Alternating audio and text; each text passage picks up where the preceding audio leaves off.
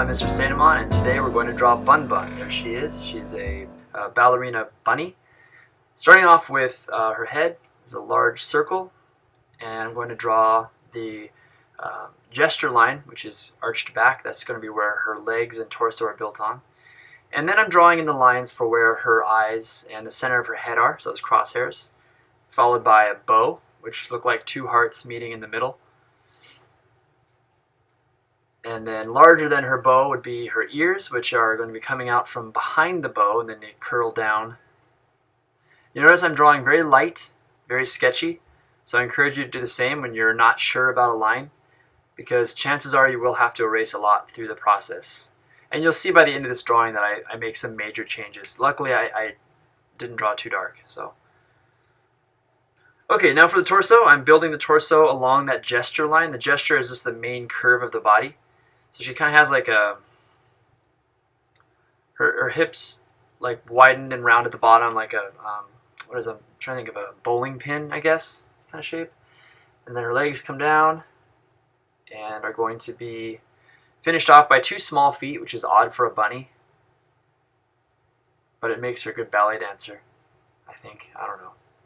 And then we have the tutu. Now this tutu, did a bit of research before the video, just so I sound smart. I think this is a platter tutu. Correct me if I'm wrong, but it's kind of an exaggerated platter tutu. It goes straight out, and then there will be some ruffles on the end.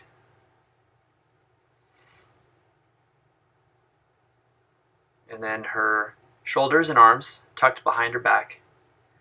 And then this is the shape of the tutu. So we have the ruffles that are, you notice that they condense on the edges. I'm also drawing the tops of each ruffle toward the waist, so they radiate out from the waist. And then also behind, you can see how those ruffles wrap around. And I'm also extending out from the bottom, so you can see the tops and bottoms of the ruffles, which gives it that 3D appearance. You may need to go slow motion for this, because I do speed up my drawings just so they're not so long and boring. And then that's just like part of the suit, I guess, part of the her outfit. Eyes. I'm going to puff out her cheek just a little bit on that side. And shading in her eyes, adding some eyelashes.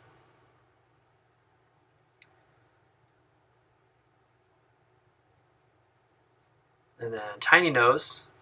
So she's looking upward. You can see how I did the crosshairs. And then two whiskers. And then I have a bad eraser there. Let me get a better eraser. There we go. It's always good to check your eraser before trying it, because I have old pencils in my classroom and the rubber has dried up and it just really smudges the drawing. So you can still see those smudges. Come on, good eraser, do your thing. There you go. A little bit better.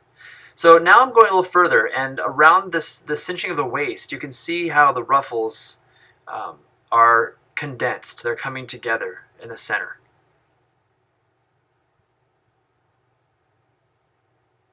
And then I'm just solidifying some of those lines that I had to erase because of the ugly smudging.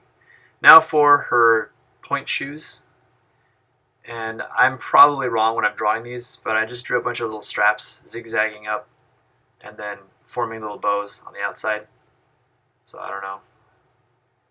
If you're a dancer and you're watching this, you're probably rolling your eyes and scoffing, but I can't hear you, so that's fine. And then I was working on her head, and I realized, you know what, I just don't like that awkward... Oh yeah, her umbrella. I'll get to the head part in a bit. You'll see what I'm talking about. So she carries a little umbrella around, just kind of a funny thing. It's kind of like, I don't know, a little French thing, or just a little funny quirk about her. Again, shading now, just to make that that tutu look a little bit more realistic in 3D. I typically just shade with simple hatch marks when I'm doing a drawing like this, but then with color, of course, I would adjust the pressure on my color pencil. Okay, so I'm going back and I'm going to change her face. I just don't like how there's like this long jaw. I don't know. It just looks awkward. And she's frowning. She should be happy. So I'm going to redraw her face. And luckily I drew kind of light, and I also have a good eraser. Those high polymer erasers are good for getting rid of most of your dark marks. I'm going to redraw her cheeks a little bit lower and round out the bottom of her head, and also eliminate the cheek that I originally drew on the back of her head. There's no need for a cheek back there. And then using my ghost lines that I've had before of the previous eyes, I'm going to make the eyes a little bit larger, tiny bit lower, and then she will be smiling. There we go. That's a happy Bun Bun. And then, of course, we'll draw in her eyes, eyelashes, shade those in. And I just think it looks better. And you notice I drew a little line right underneath her eyes, that curved line that's on the top of her nose and across. You see that a lot with rodent cartoon characters, like that little puff of cheeks, or I don't know what it is, but it separates the top of the skull from the bottom. So it gives it a little bit of a jawline there. That is just, I guess, pleasing to look at. So try to notice that with other rodent creatures. You see that with squirrels and all kinds of other things.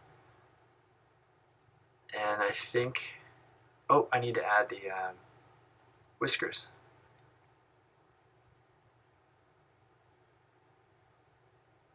And solidify that cheek.